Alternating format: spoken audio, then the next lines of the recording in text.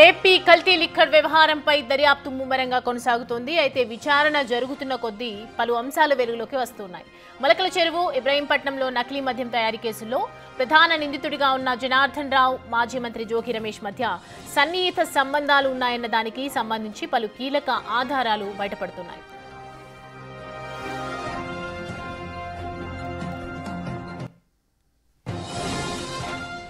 ఇప్పటికే WhatsApp chat పేరుతో ఒకటి సోషల్ మీడియాలో ట్రెండ్ అవుతుండగా ఇప్పుడు ఫొటోస్ కూడా బయటపడ్డాయి. జనార్దన్ రావు, ఆయన సోదరుడు జగన్మోహన్ రావుతో మాజీ మంత్రి జోగి రమేష్ ఓ వేడుకల్లో పక్కనే కూర్చొని దిగిన ఫొటోస్ వైరల్ అవుతున్నాయి. దీంతో వీటిపైన దర్యాప్తు చేస్తున్నారు అధికారులు. వాట్సాప్ చాట్ల వ్యవహారంపై స్పందించారు మాజీ మంత్రి జోగి రమేష్. అంతే ఫేక్ చాట్ అంటూ ఇటీవలే కొట్టిపారేశారాయన. అనంతరం ఇప్పుడు ఫొటోస్ బయటపడటం హాట్ టాపిక్ గా మారింది. ఫేక్ బాబు, ఫేక్ న్యూస్, రోజుకొక అబద్ధాలతో, రోజుకొక మాయల మరాఠీ కథలతో పుంకానుపుంకాలుగా చంద్రబాబు నాయుడు చేసే విన్యాసాలని రాష్ట్ర ప్రజలందరూ కూడా ఒక్కసారి మీడియా మిత్రుల ద్వారా గమనించమని చెప్పేసి రైట్ అంశానికి సంబంధించి పూర్తి డీటెయిల్స్ అందించడానికి మా ప్రతినిధి శివ జాయిన్ అవుతున్నారు. శివ, చూస్తున్నాం ప్రధాన నిందితుడిగా ఉన్నటువంటి జనార్దన్ రావుకి అలాగే జోగి రమేష్, మాజీ మంత్రి జోగి రమేష్కి మధ్య ఒకవైపు సన్నిహిత సంబంధాలు, ఆధారాలు బయటపడుతున్నాయి కదా. దీనికి సంబంధించి మరి జోగి రమేష్ని విచారించే అవకాశాలు ఉన్నాయనుకోవచ్చా? సిటీ ఏ విధంగా ముందుకెళ్లబోతోంది? సౌమ్య, మొత్తం మీద చూసుకుంటే నకిలీ మద్యం వ్యవహారానికి సంబంధించి కూడా వైఎస్ఆర్సీపీ నేతల మెడకి ఉచ్చు బిగుస్తోంది. మొదట జోగి రమేష్ వ్యాఖ్యల్ని మనం ఒకసారి పరిశీలిస్తే జనార్దన్కి సంబంధించిన తాత ముత్తాతల నుంచి తమ తండ్రి తాతలకి సంబంధాలు ఉన్నాయి, పరిచయం ఉన్నాయి అన్నారు. ఎప్పుడైతే జనార్దన్ వీడియో విడుదల చేసి జోగి రమేష్ నేతృత్వంలోనే, జోగి రమేష్ డైరెక్షన్లోనే మొలక చెరువులో కావచ్చు, ఇబ్రహీంపట్నంలో కావచ్చు డంపు పెట్టాను, అలాగే నకిలీ మద్యం తయారు చేస్తున్నానని చెప్పి వీడియో విడుదలైందో వెంటనే జోగి రమేష్ తన మాటని వెనక్కి తీసుకున్న పరిస్థితి కనిపించింది. వెనక్కి తీసుకున్న పరిస్థితి కంటే కూడా మార్చారని చెప్పి చెప్పడం బెస్ట్ ఏమో. అయితే ఆయన తన మాటని మార్చారు. ఎవరో తనకు తెలియదు, తనకు సంబంధం లేదని చెప్పి మాట్లాడే ప్రయత్నం చేశారు. అంతేకాదు ఆడియో అలాగే వీడియో, వాట్సాప్ చాట్ ఈ మూడు సంబంధించి కూడా ఫేకు. ముఖ్యమంత్రి చంద్రబాబు తప్పుడు ప్రచారాన్ని, తప్పుడు కథనాలను ఈ రకంగా ఫేక్ ప్రచారం చేస్తున్నాడని చెప్పి కూడా ఆయన చాలా ఘాటుగా రిప్లై ఇచ్చారు.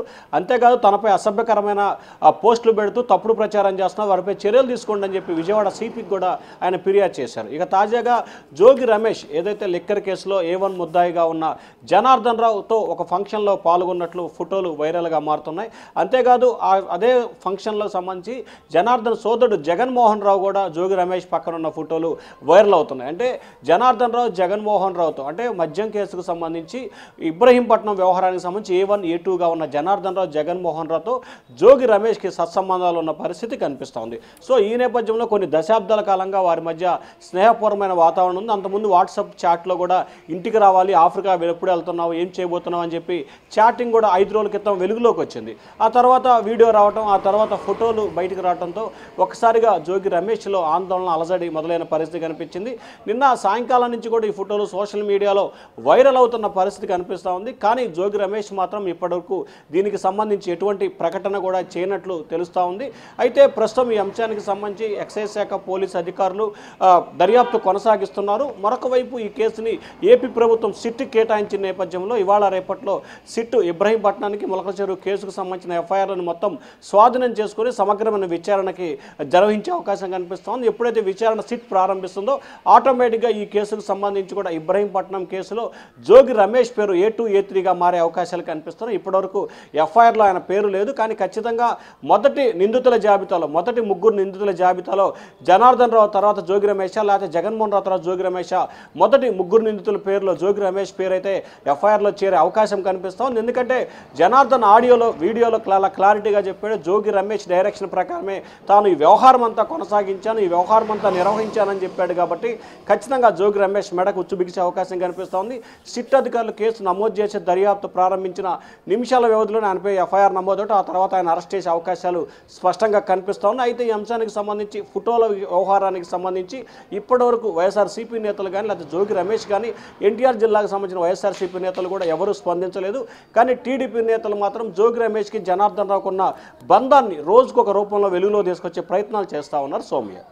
అయితే శివ ఇప్పుడు జోగి రమేష్ ఇప్పటివరకు ఈ ఫొటోస్కి సంబంధించి కానీ దేనికి కూడా క్లారిటీ ఇవ్వలేదు. సో ఈ నేపథ్యంలో కంప్లీట్గా అరెస్ట్ చేసే అవకాశాలు ఉన్నాయని అనుకోవచ్చా జోగి రమేష్ని?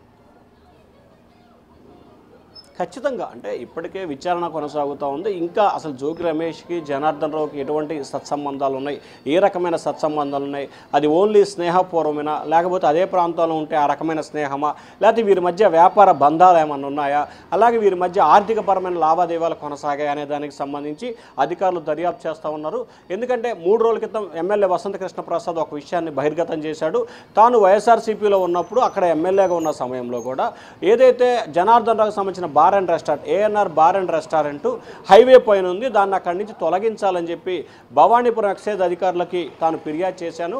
ఫిర్యాదు చేసిన నిమిషాల వ్యవధిలో జోగి రమేష్ ఫోన్ చేసి జనార్దన్ రావు మనకు కావాల్సిన వ్యక్తి, మనకు సన్నిహితంగా ఉంటారు, అటువంటి వాటిలో జోక్యం చేసుకోకుండా ఉండాలని చెప్పి జోగి రమేష్ వసంత కృష్ణ ప్రసాద్కి సూచన చేసినట్లు కూడా వసంత కృష్ణ ప్రసాద్ చెప్పారు. సో ఈ నేపథ్యంలో టోటల్ ఈ వ్యవహారానికి సంబంధించి కూడా మొత్తం జోగి రమేష్ మెడకు ఉచ్చు బిగిసే అవకాశం కనిపిస్తూ ఉంది. ఖచ్చితంగా రానున్న 2-3 రోజుల్లో వ్యవధిలోనే జోగి రమేష్పై ఎఫ్ఐఆర్ నమోదు చేయడం, ఆ తర్వాత వెనువెంటనే అరెస్ట్ చేసే అవకాశాలు అయితే స్పష్టంగా కనిపిస్తూ ఉన్నాయి. ఎందుకంటే సిట్ అధికారులు ఇంకా కేసుని పూర్తి స్థాయిలో టేక్ఓవర్ చేసుకోలేదు. ఆ టేక్ఓవర్ చేసుకున్న తర్వాత టోటల్గా ఏదైతే ఇప్పటిదాకా జరిగిన విచారణ ఒక ఎత్తు, సిట్ అధికారులు విచారణ స్వీకరించిన తర్వాత కొత్త పేర్లు, కొంతమంది వ్యక్తులు తెర మీదకి వచ్చే అవకాశం కనిపిస్తూ ఉంది Soumya. Right Shiva, thanks for the updates.